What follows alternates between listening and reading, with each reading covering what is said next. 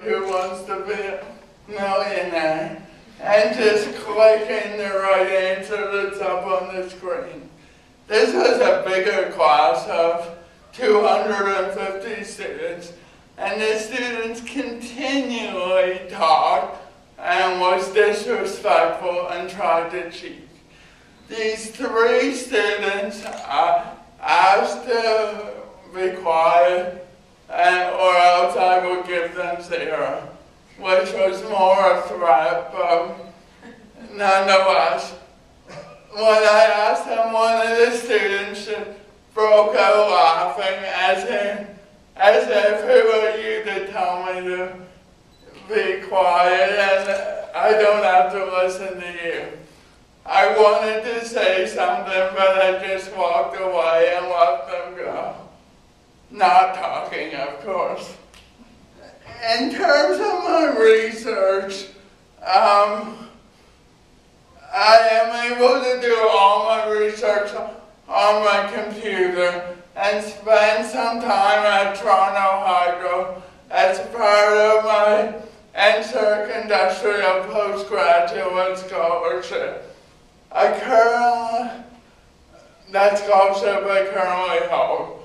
I also, as the Canadian Meteorological and Oceanographic Society representative at York, student representative, and I organize a forecasting challenge at York for mainly undergrads. Socially being accepted is one thing, but there are times that I feel like I am unfairly judged. One of these situations, I am often treated unfairly, is anywhere where there is perception that people might potentially be drunk. At my first high school dance, the cop stopped me at the front door and said, "Have you been drinking?" Obviously I wasn't. Another thing at bars, sometimes they accuse me of being too drunk, which often I'm not. But the most frustrating thing is sometimes cabs will pull up and just think I'm drinking and drive right by. And this is really frustrating because at bars I can explain to them what's going on, but cabs can just drive away without knowing what's going on. So, as I near the end of my talk, I'd like to end on a bit of a happier note. If you remember back at the first of the talk, I mentioned that the doctors told my parents that I may never be able to have my license or drive a bike. Well, I'm pleased to tell you I do both.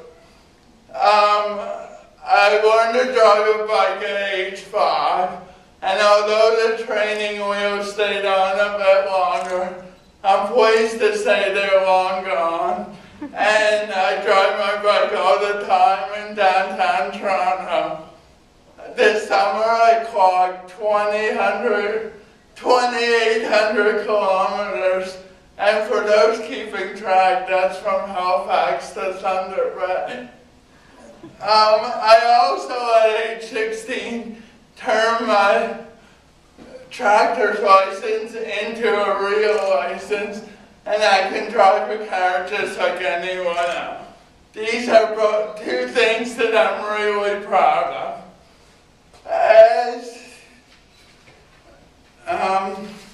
I'd like to end with a lesson that a friend of mine at Acadia taught me. And although it pertains to my situation, it can be applied to anyone. My friend told me when he met me, he found out I had cerebral palsy. but he didn't really know what that was, what that meant, not encountering this before. He went away and said he read about it for a while on Wikipedia, but realized that what he was reading did not really describe what he was seeing in me. So then he came back and talked to me and said, you know what, Matt, I learned more about cerebral palsy by talking to you than I could ever read about. I think this means a lot in that you can read all you want or look at pictures, but if you're not going to get to know someone, you won't know what they're really like. Yeah, so if you actually take the time to get to know people, you'll realize they're just like anyone else you know. Most people with challenges want more than anything just to be treated equally and like everyone else.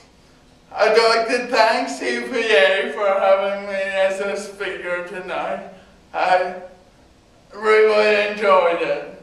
I'd also like to thank all of you for coming, especially some of my friends who left work early just to be here to hear me speak.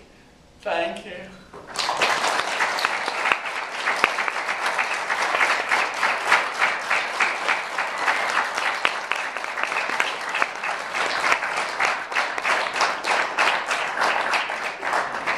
Okay, so let's open up the floor to questions. If anyone has a question that they'd